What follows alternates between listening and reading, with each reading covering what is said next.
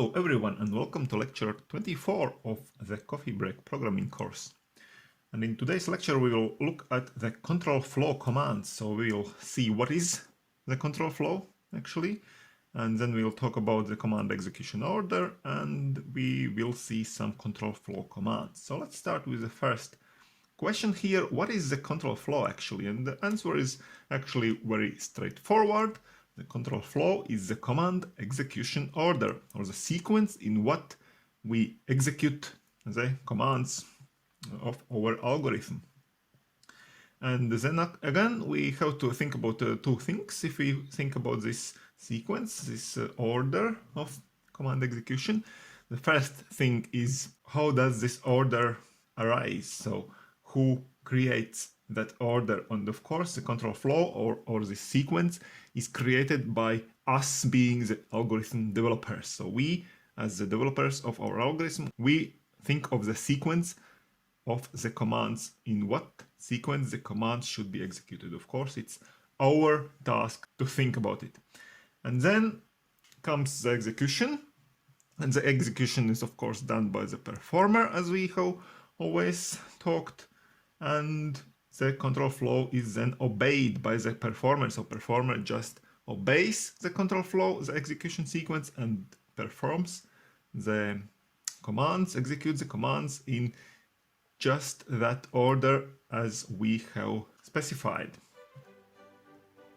And so let's talk about this command execution order a bit. So normally the execution order is line by line as written in the main function. The main function, as we all know, is the place where the execution starts, the beginning of the main function, and then just going line by line in this text file written by us, developers of the algorithm, we go and we execute one command after another. But then we saw that some commands can change the execution order. For example, this command if. The if command was for branching the execution. So it means that we can jump to the else branch, for example, if the if statement is false. And also for the loop commands, for loop, while loop, do while loop, all these commands allow us to jump over to line that is executed already before, or to the line after some other line. So the linear execution is not anymore applicable here if we use those commands. And then there are some more special so-called control flow commands, because what these commands do is exactly this thing. So they change the control flow, therefore they're called control flow commands. And we will see three of those commands right now. So let's start with the first of those commands, command called break. The command is written just like that, break and semicolon. This is the command. And this command lets us go out of the loop. So this command can be used inside any loop, any of those three loops we know. And if we execute this command within the loop, it means that the loop ends at once. So we go out of the loop immediately. So let's see some example here. So here we can see a simple for loop. So from the head of the loop, from those brackets here, we can see that potentially this loop will execute 10 times with the values of this variable I, starting from 0 and ending with 9. Okay. And what do we do inside the loop? There is this cout command, so we just print out the value of I. So potentially we should print out numbers from 0 to 9, but here we can see that in some special case the break command executes, and this special case is if I value is equal to 5. So it means that in this case, when I is 5, break command ends the loop, and we just go out of the loop and continue here executing next commands that are located after the loop.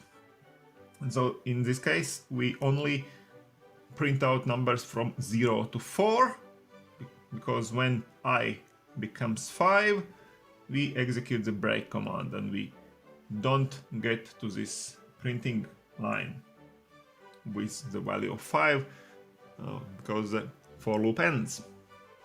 So this is the break command. So another control flow command is a command called continue. Again, written just like that, continue with semicolon, and that's it. And it is also a command that is executed inside any loop, and it starts the next iteration of the loop.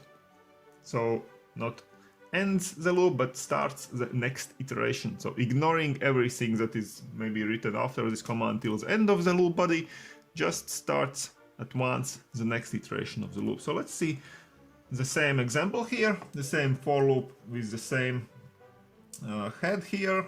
So potentially 0 to 9 are the values for this variable I. And in case here, again, if I is equal to 5, we execute the continue command.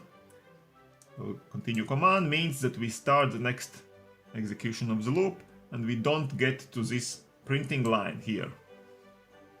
Okay, so the printout will look like that. 0, 1, 2, 3, 4 is printed out.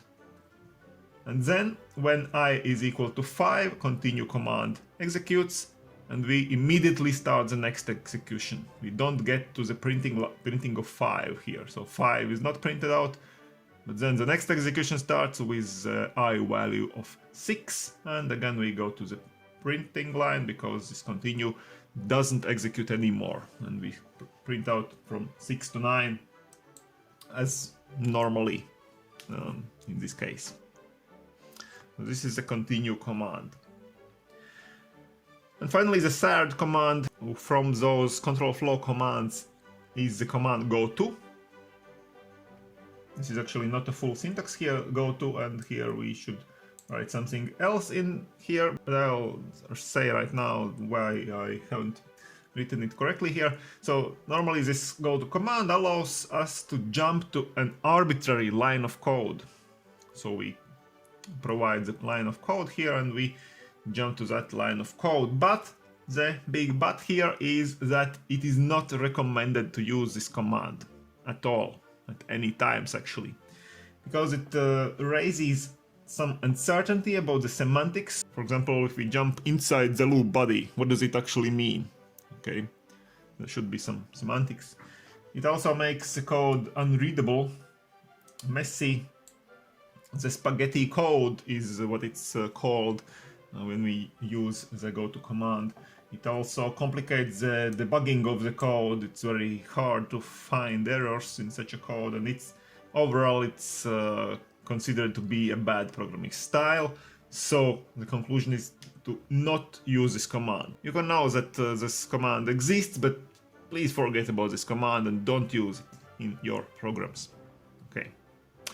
So let's go back to those two control flow commands, break and continue, and let's see an example where you should now try to answer the question what is printed out in this for loop here. So remember that the break command breaks the loop, so meaning that ends the loop at once and goes out of the loop, and continue command just starts the next iteration of the loop. So what is printed out here?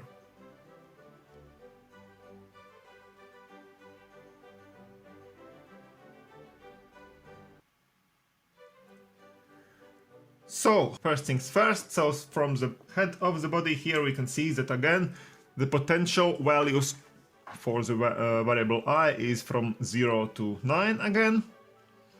And now here we just print out those values potentially from 0 to 9.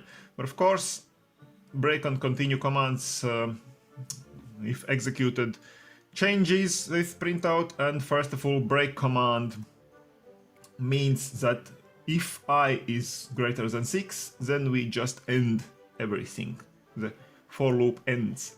So potentially we can actually get to this printing line with values only from 0 to 6. Because when I will be 7, this will be true, and the break command will execute and the for loop ends in that case. So we have left here with values from 0 to 6 potentially. And the next thing here, if continue command executes, it also means that we don't get to the printing line with this particular value of I. We just start the next iteration of the loop body. So the question is here, for what values of I the continue command executes. So for what values of I this is true.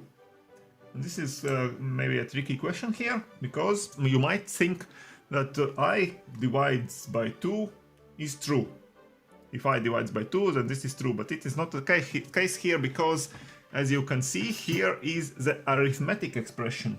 So this I percentage 2, this is an arithmetic expression, not a logical expression, because this percentage operator is the arithmetic operator.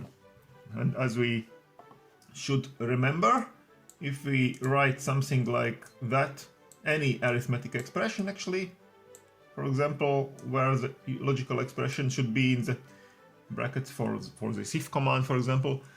So now if we want to understand what does it mean, we should turn this command, no, not the command, but this expression into a logical expression.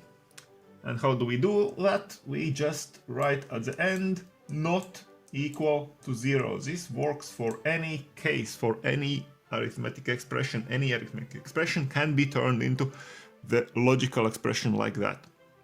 And now we see that it actually means the opposite thing of that we might have thought before. So if I percentage 2, meaning the remainder dividing by 2, is not 0, it means that I does not divide by 2 and I is an odd number, not an even number.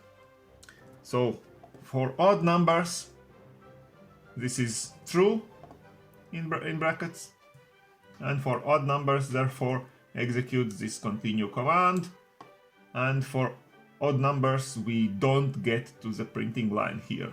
What we left with is the even numbers from 0 to 6.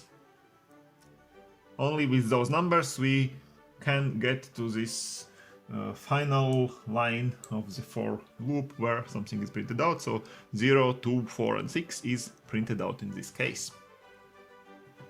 Okay, so this is how the break and continue commands work. So this is it for this lecture. We saw what is control flow, the command execution order, then we talked about the command execution order in a bit more detail, and then we saw 3 control flow commands, of which only 2 will be used in our program, so we will not use the goto command from now on.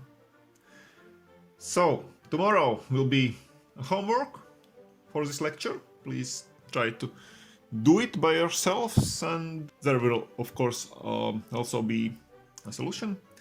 So stand by, follow my channel, subscribe to it, and see you soon.